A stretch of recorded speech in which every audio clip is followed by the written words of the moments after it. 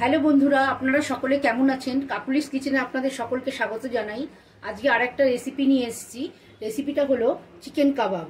আমি এখানে চিকেন কাবাব বানানোর জন্য চিকেনটাকে এরকম একটু বড় সাইজ করে কেটে নিয়েছি। দিয়ে এটা জল দিয়ে ভালো করে ধুয়ে জলটা ভালো করে ঝরিয়ে শুকনো করে নিয়েছি প্রায়। এবার আমি এর মধ্যে একটা একটা করে মশলা দেবো।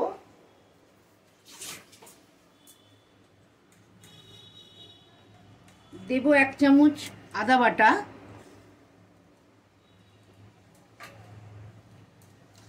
আদা বাটা যতটা দেব তার ডবল আমি দেব এখানে রসুন বাটা, কারণ রসুনটা একটু বেশি লাগে এতে।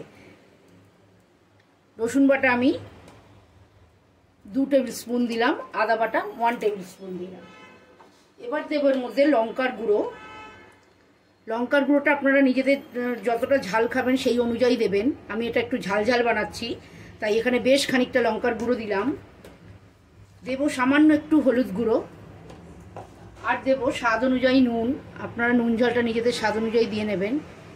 আমি এখানে বাজারে অনেক রকম কাবাব মশলা কিনতে পাওয়া যায়, আমি সেগুলো ব্যবহার না করেই কাবাবটা বানাচ্ছি।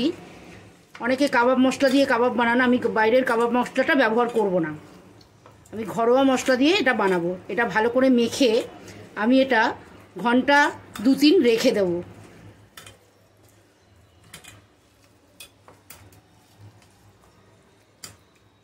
আমি এখন এটা ঘন্টা 2 ঘন্টা মতো এটা রেখে দেব।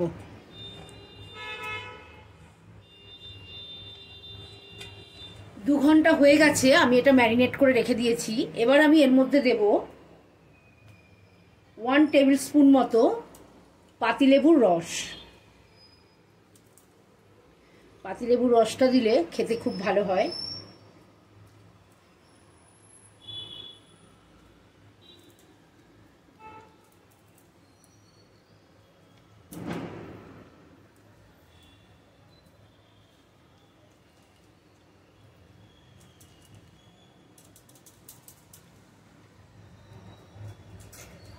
এবার আমি এর মধ্যে দেব, এটা মাখিয়ে নিয়ে হাতে করে এর মধ্যে দেব আমি কর্নফ্লাওয়ার। আমি এখানে বেশ খানিকটা, আপনারা যেরকম ইচ্ছা মতো কর্নফ্লাওয়ারটা দিতে পারেন। যদি মনে করেন বেশি ওপরের কোটিংটা বেশি করবেন না, তাহলে কম দেবেন। আর যদি মনে করেন ওপরের কোটিংটা একটু বেশি রাখবেন, তাহলে একটু বেশি কর্নফ্লাওয়ার দিতে হবে।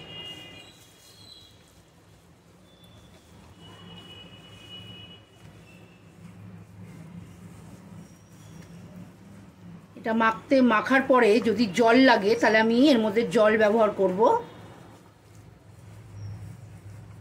আমি এর মধ্যে সামান্য জল দিচ্ছি।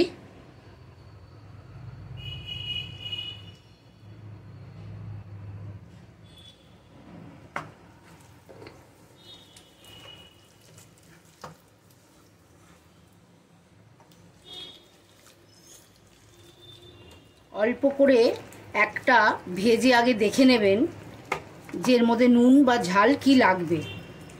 তারপর সেটা দিয়ে আবার মিশিয়ে নিয়ে আমি এর মধ্যে আরেকটু কর্নফ্লাওয়ার দেব।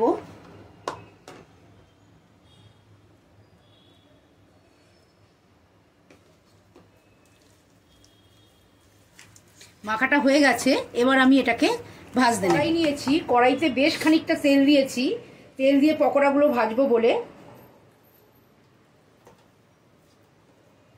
আমি এবার কর্নফ্লাওয়ার থেকে এরকম তুলে তুলে এগুলোকে ছাড়বো।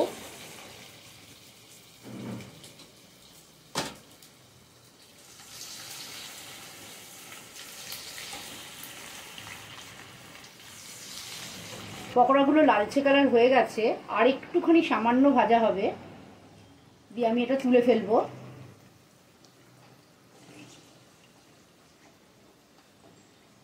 এই তেলটা যে থাকবে, তেলটা আপনারা অন্য রান্নায় দিতে পারবেন। চিকেন, মাছ এসব রান্না করলে ওর মধ্যে তেলটা ব্যবহার করে নেব আমরা। কিন্তু পকোড়াগুলো ভাজার সময় একটু তেলটা বেশি দিতে লাগবে, নাহলে ভালো লাগবে না।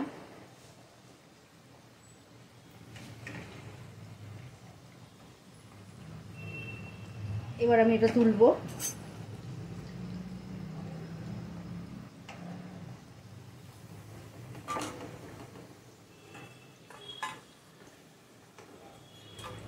এটা আপনারা স্ন্যাক্স হিসেবে খেতে পারেন। এটা গরম বলে আমি চামচে করে তুলে দিচ্ছি। এটা স্ন্যাক্স হিসেবে খেতে পারেন, খুবই ভালো। আমাদের বাঙালিরা ডাল ভাত তার সঙ্গে একটুখানি চিকেন কাবাব খেতে খুবই ভালো লাগবে আমার মনে হয়। এটা একটু স্যালাড বানিয়েছি, পেঁয়াজ শসা, আমি এটাকে কাসুন্দি দিয়ে একটু মেখে এর সঙ্গে সার্ভ করলাম, খেতে খুবই ভালো লাগে। আর বন্ধুরা, আমার ভিডিওটা যদি আপনাদের ভালো লেগে থাকে তাহলে লাইক করবেন, আমার চ্যানেলটাকে সাবস্ক্রাইব করবেন, আর বেল আইকনটা টিপে দেবেন যাতে পরের ভিডিওর নোটিফিকেশন আপনাদের কাছে পৌঁছে যায়।